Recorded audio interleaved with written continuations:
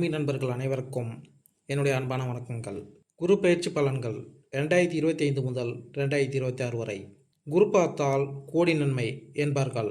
ஒருவர் மீது குரு பார்வைப்பட்டால் அவர் வாழ்க்கையில் கல்வி, வேலை, குடும்பம் என அனைத்துமே சிறப்பாக இருக்கும். எனவே மக்கள் குருவை மிகுந்த பக்தியுடன் வணங்குவதை நம்மால் பார்க்க முடியும். எனவே குரு பயிற்சி 2025 2026 குரு ரிஷபம், மிதுனம் மற்றும் கடகம் ராசிகளில் நகர்வதால் ஒரு மாற்றமான கட்டத்தை ஏற்படுத்துகிறது.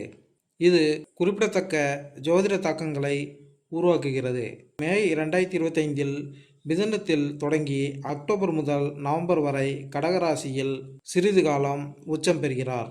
குறிப்பாக மிதுனம், துலாம், தனுசு மற்றும் கும்பராசிகளுக்கு உயர்ந்த நன்மைகளை வழங்குகிறார். 2025 மற்றும் 2026 ஆண்டில் குரு பயணம்.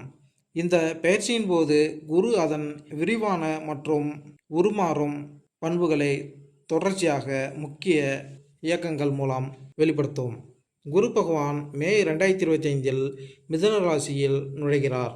அது அறிவுசார் ஆய்வு, தகவமைப்பு மற்றும் தகவல் தொடர்பு ஆகியவற்றில் வலுவான கவனம் செலுத்துகிறது.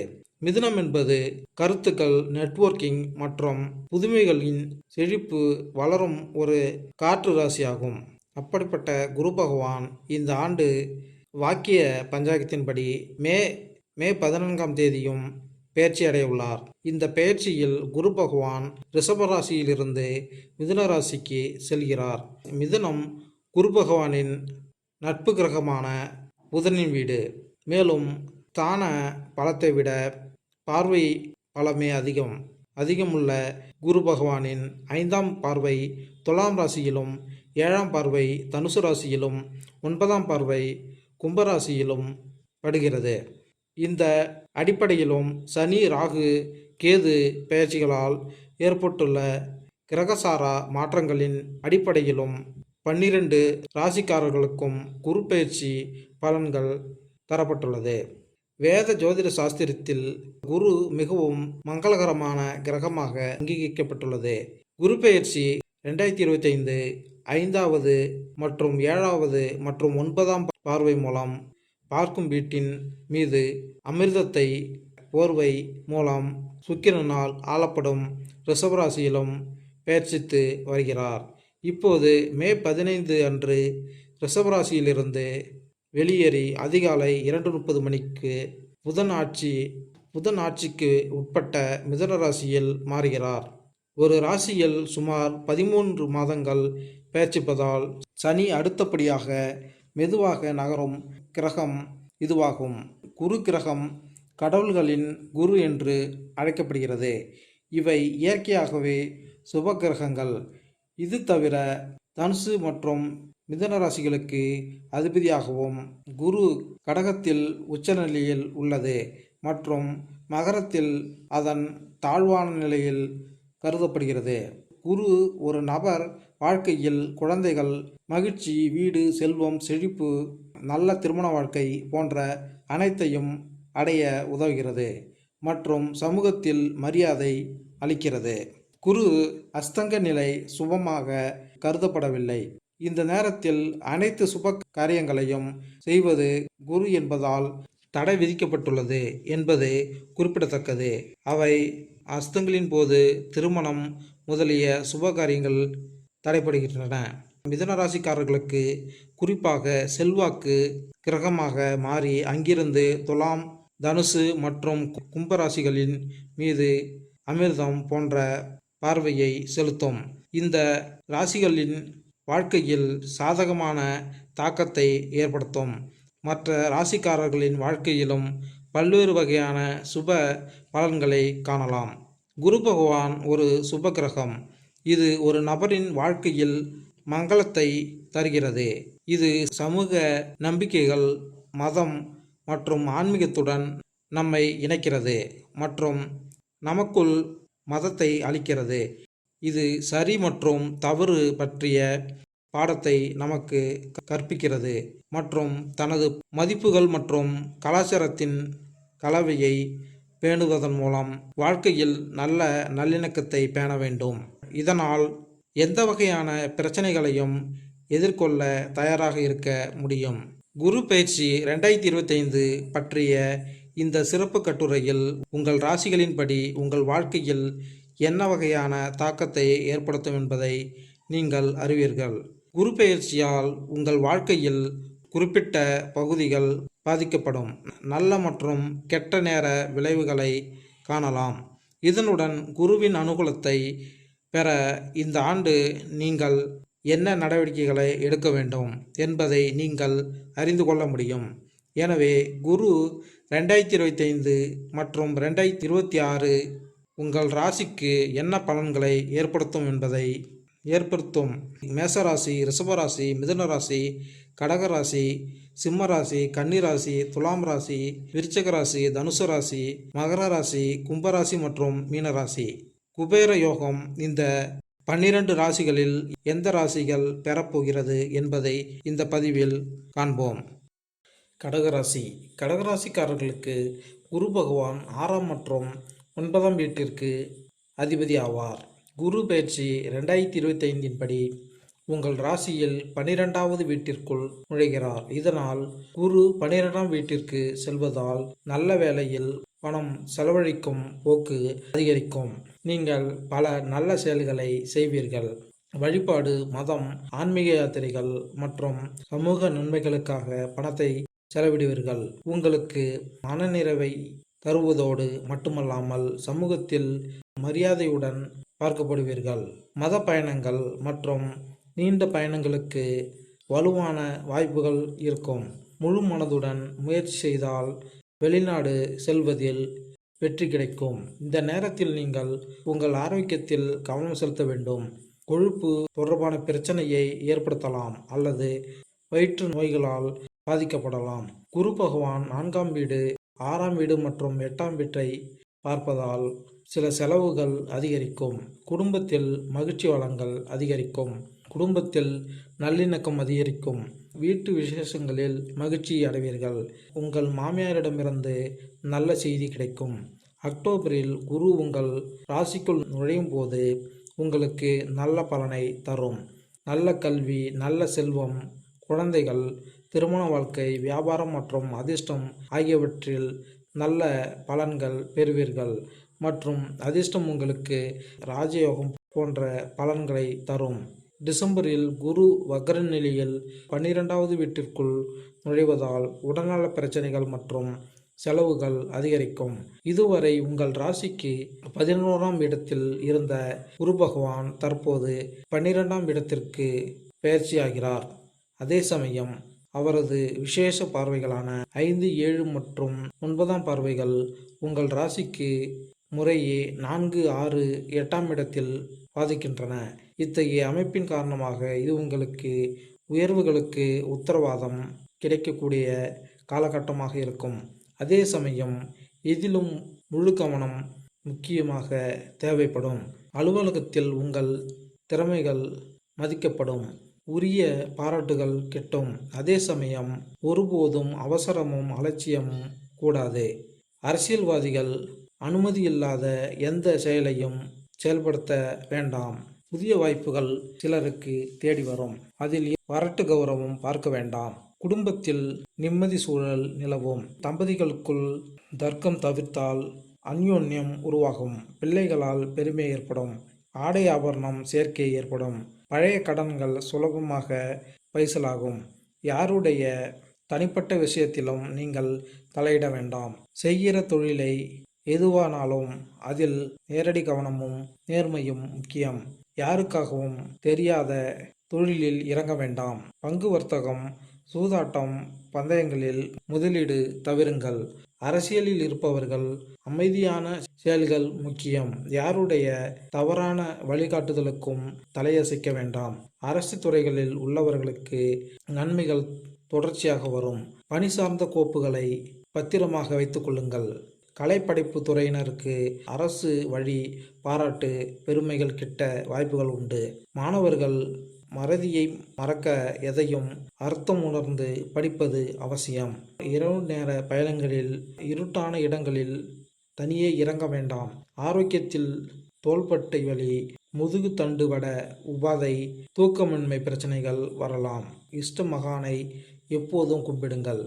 தென்குடி திட்டை திருத்தலம் சென்று ஆராதித்து வருவது வாழ்வை தித்திக்க செய்யும். குடும்ப வாழ்க்கை மற்றும் உறவுகள். குருவின் 12ஆம் வீட்டில் சஞ்சரிப்பது உறவுகளில் சுய சோதனையை ஊக்குவிக்கிறது. இது கடகராசிக்காரர்களை உணர்ச்சி சமநிலை மற்றும் உள் நல்லிணக்கத்தில் கவனம் செலுத்த தூண்டுகிறது. இந்த காலகட்டத்தில் கடகராசிக்காரர்கள் குடும்ப உறுப்பினர்களுடன் தரமான நேரத்தை முன்னுரிமைப்படுத்தவும், புரிதல் மற்றும் பச்சைத்தாபத்தை வளர்க்கவும் ஊக்குவிக்கப்படலாம். 12ஆம் வீட்டில் ஆன்மீக தொடர்பு கடகராசிக்காரர்கள் உறவுகளில் ஆழமான அர்த்தத்தை கண்டறிய உதவும். மேலும் சில சவாலான காலங்களில் குடும்ப உறுப்பினர்களை ஆதரிக்கும் புதிய விருப்பத்தை உணரலாம். காதல் உறவுகளில் இந்த பெயர்ச்சி உணர்ச்சி ரீதியாக நெருக்கத்தையும் பச்சைத்தாபத்தையும் ஊக்குவிக்கிறது. தம்பதிகள் திறந்த மற்றும் நேர்மையான தகவல் தொடர்பிலிருந்து பயனடைவார்கள். குறிப்பாக அவர்கள் தீர்க்கப்படாத பிரச்சனைகள் அல்லது கவலை தீர்த்து கொண்டால். ஒன்றியவர்களுக்கு 12ஆவது வீட்டில் உள்ள குரு காதல் மீதான மெதுவான அணுகுமுறையை ஊக்குவிக்கிறது. ஏனெனில் கடகராசிக்காரர்கள் உணர்ச்சி ஆழத்தையும் ஆன்மீக தொடர்பையும் மதிக்கும் கூட்டாளர்களை தேடலாம்.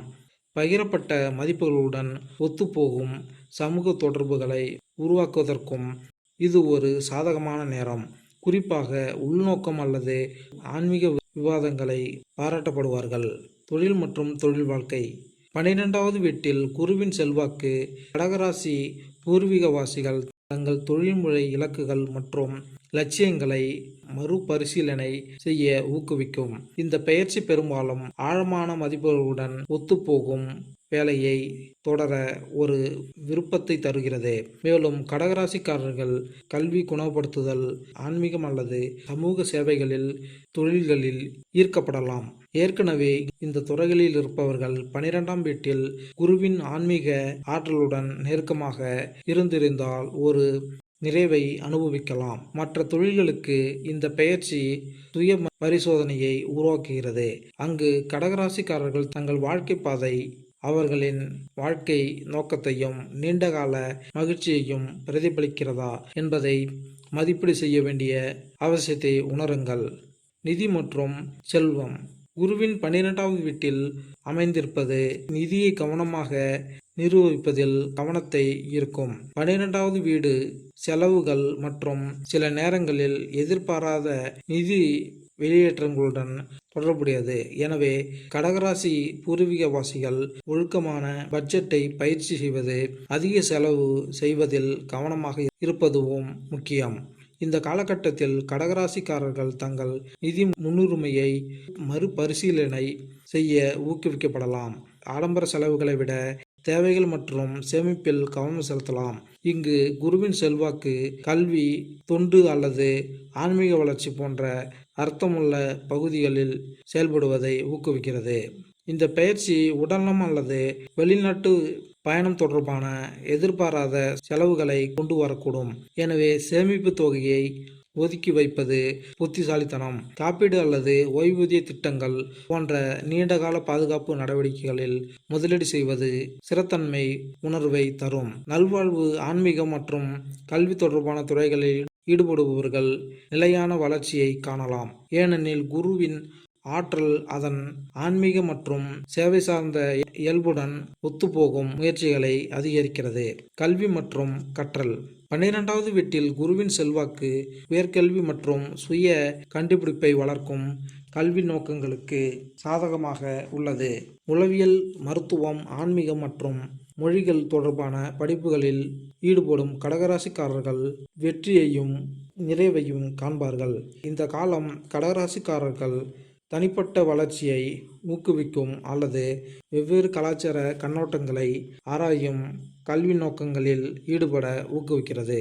தொழில் வல்லுநர்கள் இந்த பெயர்ச்சி உடல்நலம், நல்வாழ்வு, சுய உதவி தொடர்பான துறைகளில் நிபுணத்துவம் பெற உதவுகிறது. குருவின் உள்நோக்கு இயல்புடன் ஒத்துப்போகும் படிப்புகள் பட்டறை அல்லது சான்றிதழ்கள் தனிப்பட்ட முறையில் மற்றும் தொழில் ரீதியாக நீண்டகால நன்மைகளை வழங்க முடியும். தியானம் முழுமையான ஆரோக்கியம் அல்லது உணர்ச்சி நுண்ணறிவு போன்ற துறைகளில் சுய ஆய்வு, ஆராய்ச்சி அல்லது ஆன்லைன் படிப்புகள் கடகராசிக்காரர்களின் தனிப்பட்ட மற்றும் தொழில்முறை பயணங்களை மேம்படுத்தும் ஆழமான நுண்ணறிவை வழங்கும். ஆரோக்கியம் மற்றும் நல்வாழ்வு. குரு 12வது வீட்டில் சஞ்சரிக்கும் போது கடகராசி பூர்வீகவாசிகள் ஆரோக்கியம் மற்றும் நல்வாழ்வில் கவனத்துடன் செலுத்த வேண்டியிருக்கும். இந்த காலகட்டம் மனநலனை வலியுறுத்துகிறது மற்றும் எந்த ஒரு அடிப்படை உடல்நல பிரச்சனைகளையும், குறிப்பாக மன அழுத்தம் அல்லது உணர்ச்சி ரீதியாக அழுத்தத்தையும் நிர்வகித்து செய்ய ஊக்குவிக்கிறது. தியானம், யோகா அல்லது நினைவாற்றல் போன்ற வழக்கமான பயிற்சிகள் மனத்தெளிவு மற்றும் மீள்தன்மையை அதிகரிக்கிறது. இது கடகராசி பூர்வீகவாசிகள் மன அழுத்த காலங்களில் சமநிலையை பராமரிக்க உதவும். 12வது வீடு ஓய்வு மற்றும் புத்துணர்ச்சியுடன் இணைகிறது. தரமான தூக்கம் மற்றும் தளர்வின் முக்கியத்துவத்தை ஏற்படுத்துகிறது. கடகராசி நபர்கள் அதிகப்படியான உழைப்பை தவிர்ப்பது, சோர்வை தடுக்க ஓய்வுக்கு முன்னுரிமை அளிக்க வேண்டும். உடல் ஆரோக்கியத்திற்கு நடைபயிற்சி அல்லது நீச்சல் போன்ற மென்மையான செயல்பாடுகள் குறிப்பாக நன்மை பயக்கும். நாட்குறிப்பு எழுதுதல், இயற்கையில் நேரத்தை செலவிடுதல் அல்லது நன்றியுணர்வை பயிற்சி செய்தல் போன்ற மன அமைதியை அதிகரிக்கும் நடைமுறைகளில் இணைந்து கொள்ளவும் இது ஒரு முக்கிய நேரம். பரிகாரம். 12வது வீட்டில் குருவின் சக்திகளுடன் ஒத்துப்போக கடகராசி நபர்கள் இந்த பரிகாரங்களை கருத்தில் கொள்ள வேண்டும். வியாழனன்று ஸ்ரீ ஹரி விஷ்ணுவை வழிபடவும். தினமும் நன்றியுணர்வு நாட்குறிப்பை பயிற்சி செய்யுங்கள். ஒவ்வொரு காலையிலும் நன்றி சொல்ல வேண்டிய 3 விஷயங்களை பட்டியலிடுங்கள். இந்த பயிற்சி நேர்மையான மனநிலையை வளர்க்க உதவுகிறது மற்றும் உள் அமைதி மற்றும் வளர்ச்சிக்கு குருவின் ஆசீர்வாதங்களை பெற உங்களை அழைக்கிறது. உடல் நலம் மற்றும் நீண்ட ஆயுளுக்கான குருவின் ஆசிகளை பெற மகா மிருத்யுஞ்சய ஹோமத்தை நடத்துங்கள். குறிப்பாக உணர்ச்சி அல்லது உடல்நலம் குறித்து கவலைகள் இருந்தால் இந்த ஹோமத்தை திங்கட்கிழமை செய்வது கடகராசியினரின் சக்திக்கு ஏற்ப அமையும். உள் அமைதியும் தெளிவையும் வளர்க்க ஓம் சிவாய என்ற மந்திரத்தை தினமும் சொல்லுங்கள். தொடர்ந்து ஜபம் செய்வது கடகராசிக்காரர்கள் 12வது வீட்டில் குருவின் ஆன்மீக சக்தியுடன் இணைக்க உதவும். இது ஒட்டுமொத்த நல்வாழ்வை அதிகரிக்கும். இந்த பரிகாரங்கள் கடகராசி நண்பர்கள் குருவின் ஆற்றலுடன் இணைந்து வாழ்க்கையின் அனைத்து பகுதிகளிலும் சுய பரிசோதனை, வளர்ச்சி மற்றும் நல்வாழ்வை வளர்க்கிறது. மேலும் இந்த வீடியோ உங்களுக்கு பிடித்திருந்தால் லைக் பண்ணுங்கள், கமெண்ட் பண்ணுங்கள், மறக்காமல் சப்ஸ்கிரைப் பண்ணுங்கள். நன்றி, வணக்கம்.